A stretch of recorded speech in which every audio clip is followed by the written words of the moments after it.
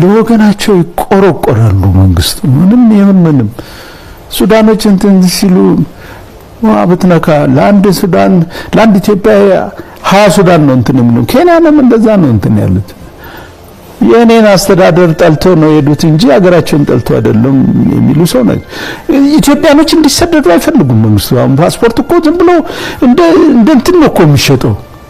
ሄዶ ኢትዮጵያዊ ገረድና አሽከሪ ሆነ እንደ አረብ ሀገር መከላከላቸው ትክክል ነው። ዛሬ ወጣቱ እንዲወጣ የሚፈልግበት ምንድነው? እዚህ እንዲሰናና እንትን ማመቻቸት አያስፈልግም? ይሄ እኮ የተሰረቀው ገንዘብ ጥቅም ላይ ቢውል ኖሮ የኛ ልጆች አይሰደዱም ነበር። እኛ ሀገራችን ብለን ነው እኮ የመጣነው። ዛሬ መሐመድ ነኝ ከሌነኝ ብሎ ስሙን ክርስትናውን ሁሉ ቀይሮ የሚሄደው የሚበላውን ስላጣ እንዲሰደድም ይፈልጋል። ይሄ እኮ ኢትዮጵያ ማፈራረስ ተያዘበት እንትን ነው እኮ። መንግስቱ የፈለገውን እንትን ይበል አፓም ተኩሳበት ነው። አሁን ፕሮፓጋንዳው ብዙ አደረገበት እንጂ በዛን ጊዜ የሞተው ቁጥር ዛሬ በዚህ 27 ውስጥ ከሞተው ጋር ነው ሚዛን ላይ አውጣና እስቲ ፍርድ እንትን እንበል።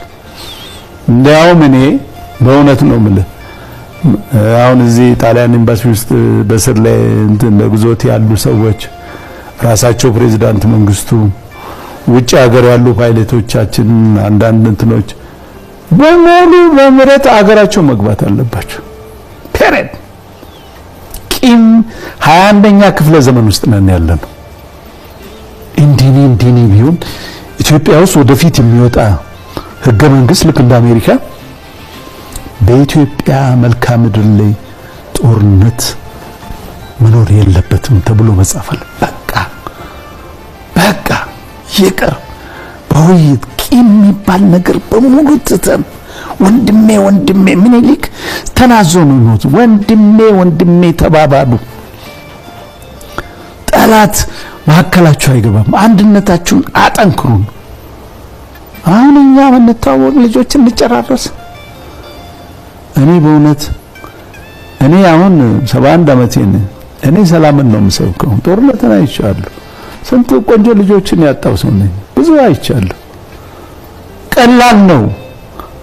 ቀላል መሆኑን እኮ ሩቅ መሄድ የለብንም። ትናንትና አብይ ከማከላቸው ተነስቶ በቃ በሚሳኤልና በጀት ያልተፈታውን ነገር በጥሩ ቃላት እናንተም ፈታው። ስለዚህ ዳያሎግ ቆንጆ ነገር ነው። ምን ወይ በሰላም ግቡ የተባሉ ሰዎች ዛሬ ሁሉ ጎራ ለይቶ ኦሮሞ ይጨራረሳል። ይገርመኛል።